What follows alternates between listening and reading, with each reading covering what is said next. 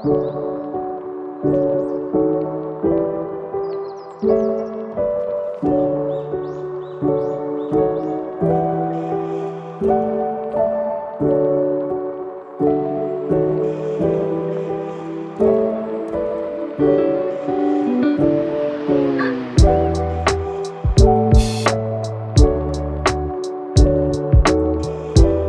bismillahirrahmanirrahim. Perkenalkan, nama saya Kirana Sterina, NIM 602022019001, Ekonomi Syariah 1, semester 6. Baik, di sini saya akan menjelaskan mengenai modifikasi pengelolaan risiko dalam keuangan syariah. Yang pertama, pembiayaan keuangan syariah. Pembiayaan syariah adalah lembaga pembiayaan selaku sohibul mal menaruh kepercayaan seseorang untuk melaksanakan amanah yang diberikan. Dana tersebut harus digunakan dengan benar, adil, dan harus disertai dengan ikatan dan syarat-syarat yang jelas dan saling menguntungkan bagi kedua belah pihak. Pembiayaan keuangan syariah, penyediaan uang atau tagihan yang dipersamakan dengan itu berdasarkan persetujuan atau kesepakatan antara LKS dengan pihak yang dibiayai untuk mengembalikan uang atau tagihan tersebut setelah jangka waktu tertentu dengan imbalan yang ditetapkan sebelumnya.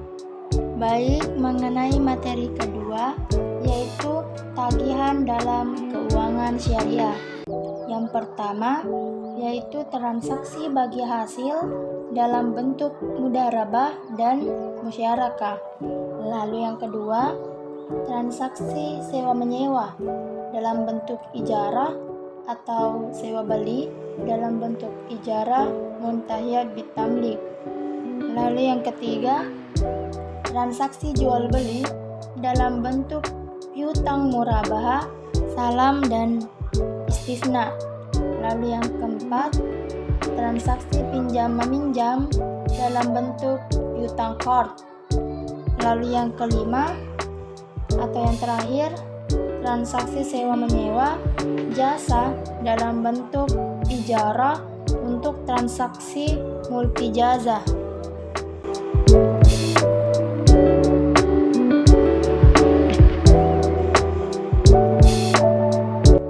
Dan materi yang ketiga yaitu PMK atau pembiayaan modal kerja keuangan syariah. Yang pertama, pembiayaan jangka pendek yang diberikan kepada perusahaan untuk membiayai kebutuhan modal kerja usahanya berdasarkan prinsip-prinsip syariah. Yang kedua, jangka waktu pembiayaan modal kerja di lembaga keuangan syariah maksimal 1 tahun dan dapat diperpanjang sesuai dengan kebutuhan.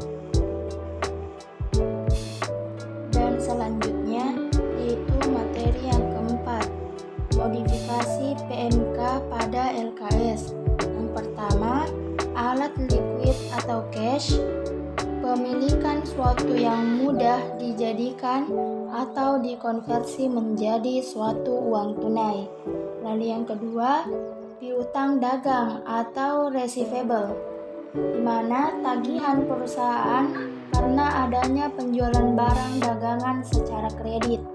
Yang ketiga, persediaan seperti bahan baku, bahan dalam proses, dan bahan jadi. Jumlah produk yang dimiliki perusahaan yang tersedia untuk didistribusikan. Lalu yang keempat, pembiayaan likuiditas. Kelima, pembiayaan piutang. Keenam, pembiayaan persediaan.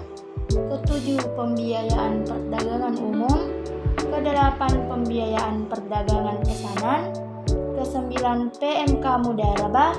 Dan yang terakhir, PMK murabahah, PMK salam, PMK istisna, PMK ijarah, dan PMK qard.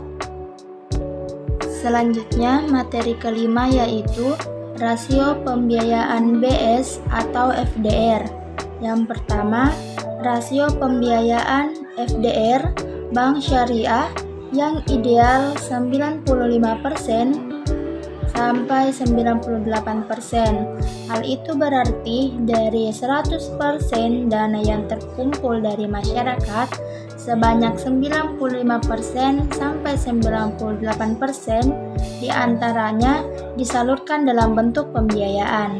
Lalu yang kedua, FDR sama dengan pembiayaan MK per DPK kali 100%.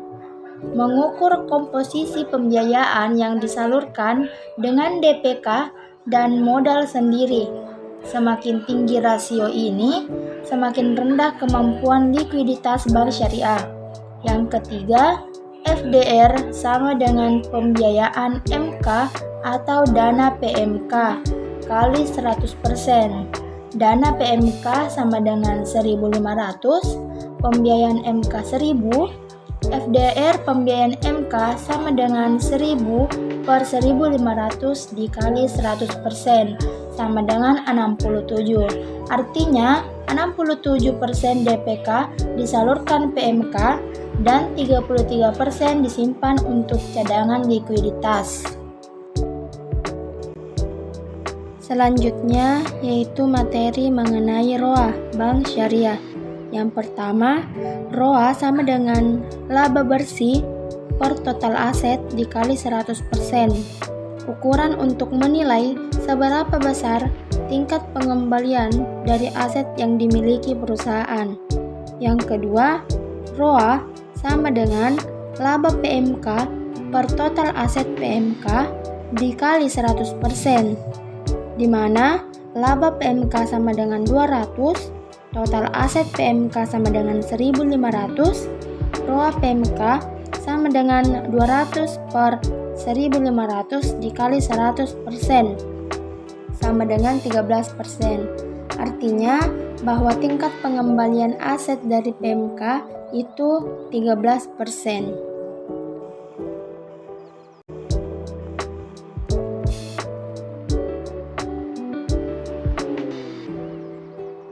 Baik, materi selanjutnya yaitu rasio dalam keuangan syariah. Yang pertama, rasio dalam keuangan syariah disebut gharar atau kekhawatiran menghadapi suatu kecelakaan, kerugian, dan atau kebinasaan. Yang kedua, gharar dikatakan suatu yang bersifat ketidakpastian atau uncertainty. Lalu yang ketiga, transaksi gharar berarti sebuah transaksi yang mengandung unsur yang ketidaktahuan atau ketidakpastian antara dua pihak yang bertransaksi. Sesuatu yang objek akan tidak diyakini dan akan diserahkan. Yang keempat, tagrir adalah melibatkan diri dalam sesuatu yang gharar. Yang kelima, jika seseorang melibatkan diri dan hartanya dalam kancah gharar, maka itu berarti keduanya telah dihadapkan kepada suatu kebinasaan yang tidak diketahui olehnya.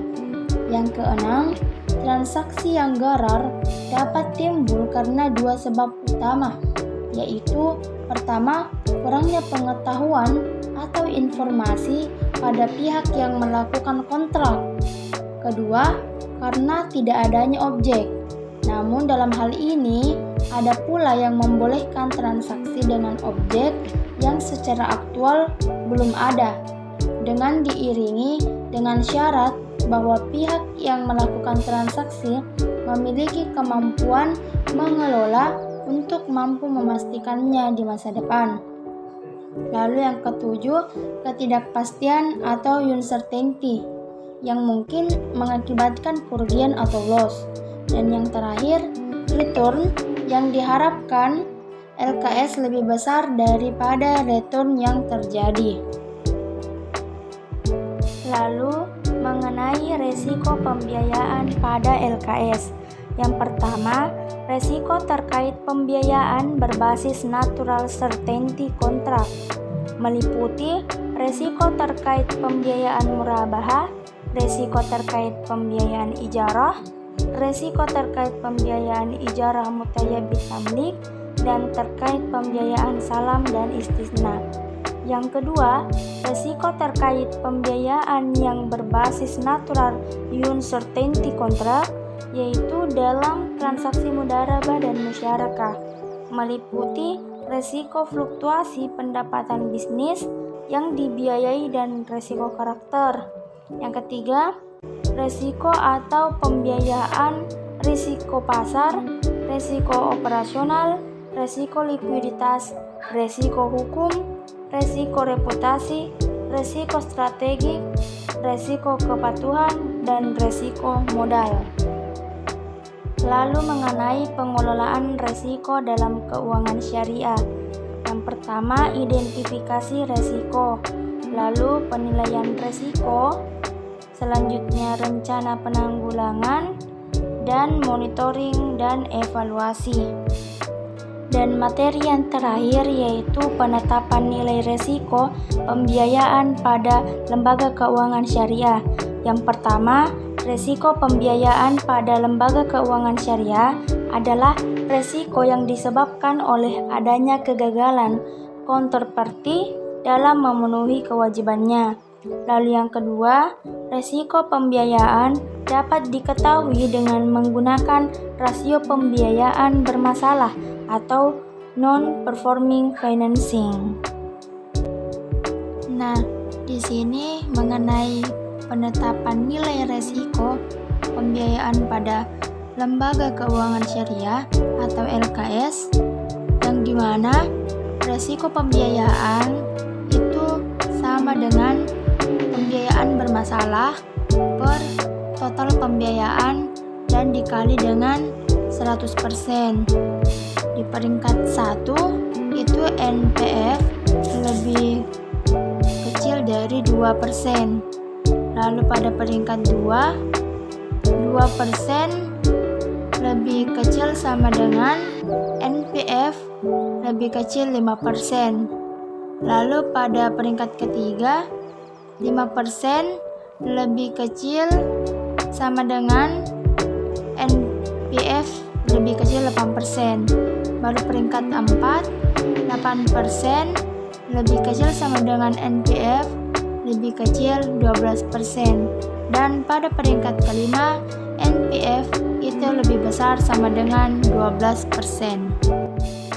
Lalu yang terakhir yaitu mengenai alur pada pembiayaan keuangan syariah, di mana di sini terbagi atas dua, yaitu tabarruk dan tijarah. Di mana tabarruk itu terbagi atas beberapa bagian, yaitu wadiyah, qard, wakalah, kafalah, hiwalah, dan raun. Kalau tijarah itu ada al-bai', di mana al-bai' atau perniagaan ini terbagi menjadi dua, yaitu kontrak pertukaran dan kontrak bagi hasil.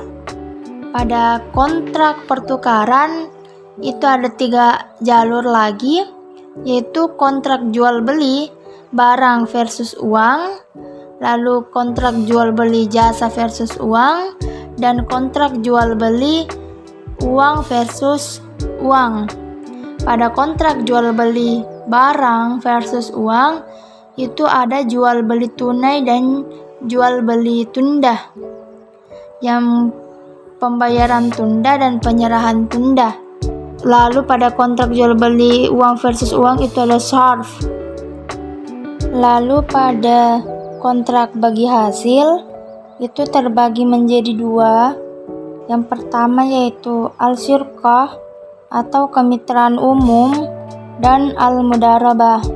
Al-syirkah ini terbagi lagi beberapa bagian. Yang pertama syirkah al-aq, usaha bersama, syirkah al-a'mal, kemitraan jasa, syirkah al-wujuh, kemitraan nama baik, syirkah al-amwal, kemitraan modal, syirkah al-milk, kepemilikan bersama.